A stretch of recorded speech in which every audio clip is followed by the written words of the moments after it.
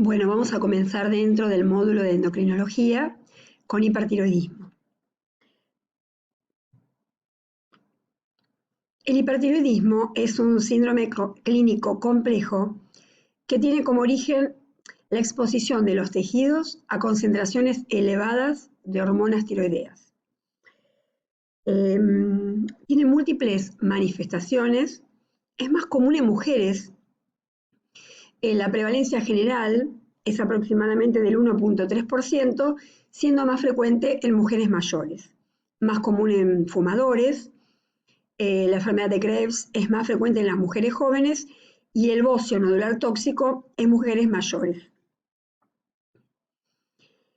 Dentro de las causas del hipertiroidismo se pueden clasificar en aquellas causas que presentan al estudio de captación de iodo radiactivo una captación alta y que de alguna manera responden a los antitiroideos como es el metimazol, y los que tienen una captación baja o nula que no responden habitualmente a antitiroideos.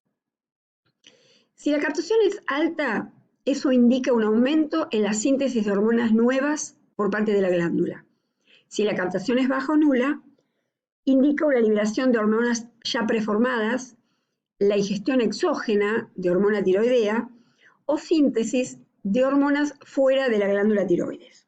Ahora vamos a ver las causas dentro de esta clasificación. Si la captación es normal o alta, vamos a encontrar las enfermedades tiroideas autoinmunes, la más frecuente de todas, que es la enfermedad de Graves-Basedow, y la hashitoxicosis.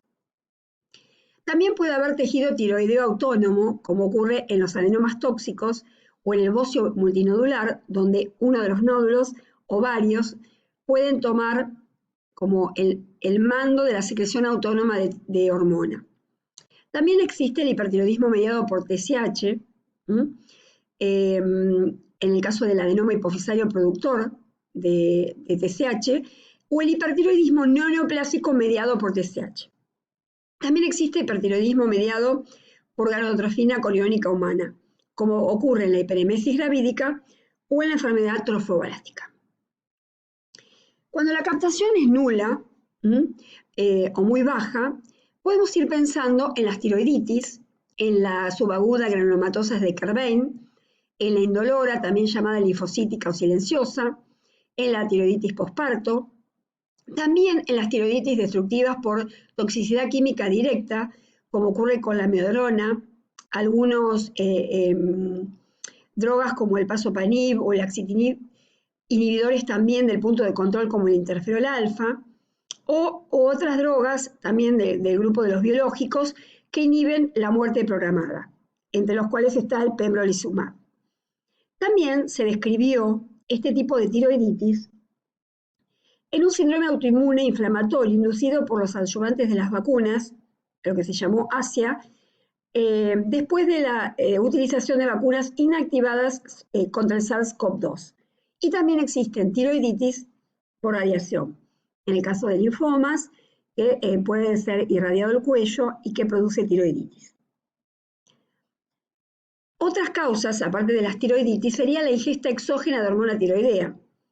Una puede ser que hagamos el reemplazo con la hormona tiroidea con una dosis excesiva, que se haga una terapia supresiva intencional, como ocurre en el cáncer de tiroides, o el hipertiroidismo facticio, que puede tomar hormona tiroidea u otros productos que tienen hormonas, como muchos preparados homeopáticos. También existe el hipertiroidismo ectópico, como ocurre en el estroma ovárico, que es la presencia de tejido tiroideo en una neoplasia ovárica, o en las metástasis de un cáncer de tiroides folicular. Cuando hablamos del primer grupo, el que tiene una captación normal aumentada, aparece la enfermedad de Graves-Basedow, que es un trastorno autoinmune que básicamente resulta de anticuerpos contra la hormona estimulante de tiroides y que genera múltiples manifestaciones. Hay factores de riesgo asociados a esta enfermedad, como es el estrés, la ingesta relativamente alta de yodo, fármacos, como pueden ser el litio, que también intervienen en el metabolismo las hormonas, el interferón alfa, algún biológico y también, como dijimos hoy, post-vacunación contra el SARS-CoV-2. La enfermedad de Graves es una tríada, es la causa más frecuente de hipertiroidismo y asocia la presencia casi permanente de bocio, oftalmopatía y dermopatía. El bocio generalmente es difuso, es firme y de tamaño variable. La oftalmopatía aparece en un 50% de los casos, con retracción palpebral, edema periorbitario, exoftalmos, dolor a los movimientos oculares, puede presentar compresión del nervio óptico con pérdida visual, quemosis, inyección conjuntival, y hay un grupo que va a constituirse en la oftalmopatía maligna, que puede hasta producir una exoftalmía tan importante que puede enuclear el ojo. También dentro de la tríada aparece la dermopatía, que es poco frecuente, menos frecuente, o mixedema pretibial, que aparece en la cara anterolateral de la pierna, aunque puede producirse en otros sitios. Acá vemos un paciente con exoftalmía.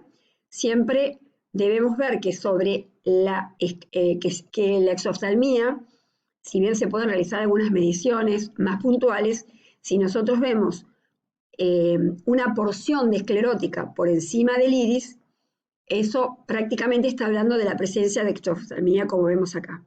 ¿Sí? Habitualmente, cuando uno abre los ojos, no vemos esclerótica por sobre el iris. Esto es una imagen de mixedema pretibial.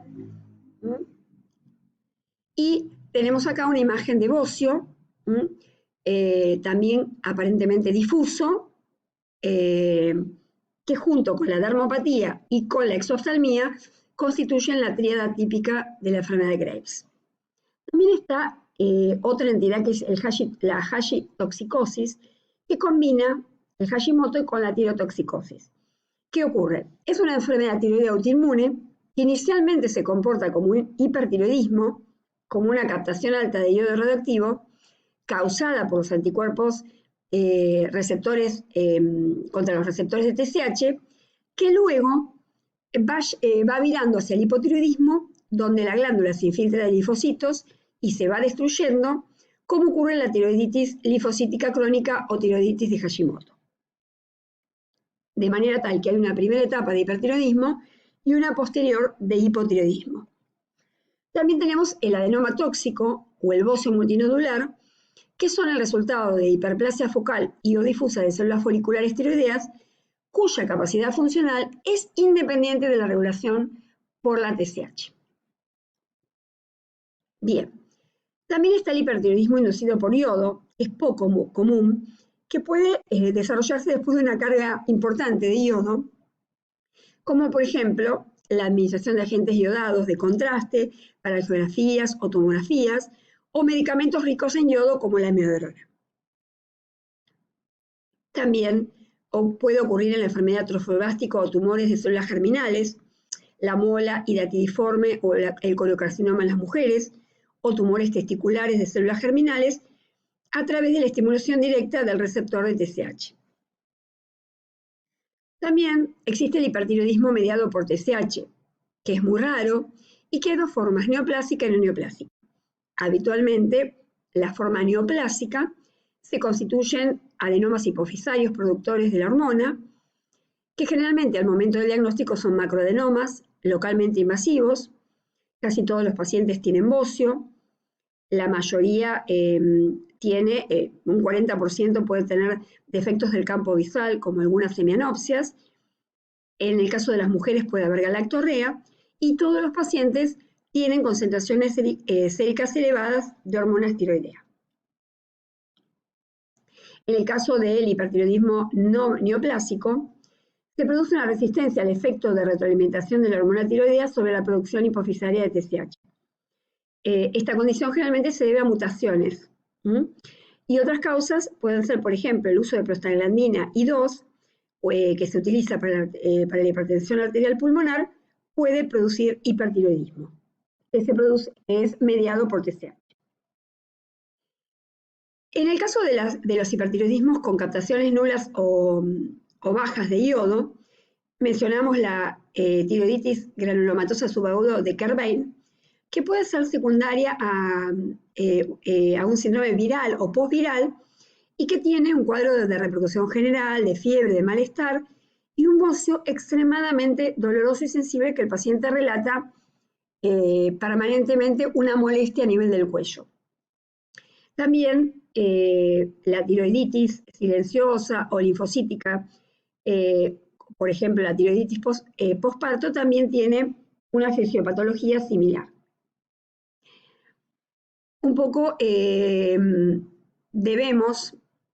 estuvimos hablando de la TSH, de la TRH y de las hormonas tiroideas, siempre recordar el eje hipotálamo hipofisario tiroideo y de qué manera el aumento de la T3 y la T4 van a inhibir la producción de TSH, y así también lo mismo ocurre con el exceso de TRH, T3, T4, que inhibe la formación del factor talámico TRH. Este eje debemos tenerlo presente para cuando hacemos la solicitud del laboratorio en estas enfermedades endocrinas, fundamentalmente en este caso del eje hipotálamo tiroideo, hipofisario tiroideo, y poder interpretar los resultados. Bien, las manifestaciones clínicas, en general hay signos, síntomas clásicos y generales, como puede ser la intolerancia al calor, temblores, palpitaciones, ansiedad, la pérdida de peso a pesar de tener un apetito normal o aumentado, el aumento de la frecuencia de las deposiciones, dificultad para respirar y generalmente la presencia de bocio en el examen físico.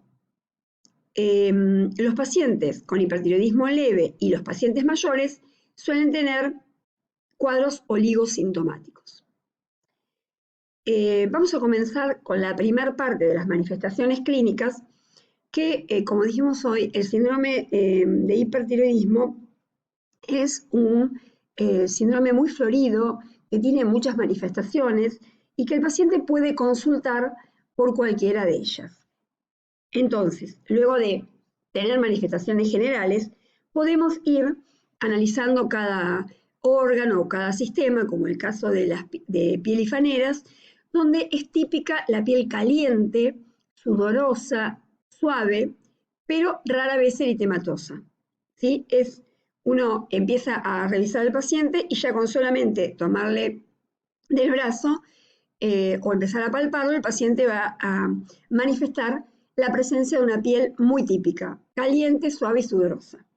Puede haber también onicolisis, hiperpigmentación en algunos casos severos, la presencia de prurito y urticaria. El hipertiroidismo es una de las causas de prurito, ¿sí? Generales. Una es la ictericia con hiperbilirrubinemia, también puede ser el hipertiroidismo y también la diabetes. Serían tres causas de patología clínica que puede tener variadas causas, pero que hacen que el paciente consulte por prurito. También, si se asocia a otros trastornos autoinmunes, puede tener vitiligo y alopecia areata, y también adelgazamiento del cabello. ¿Sí? Recuerden que el vitiligo eran unas manchas hipocrómicas y la alopecia areata es la pérdida del cabello generalmente en una forma circular y regular que genera muchas veces la consulta del paciente. Bien, a nivel de los ojos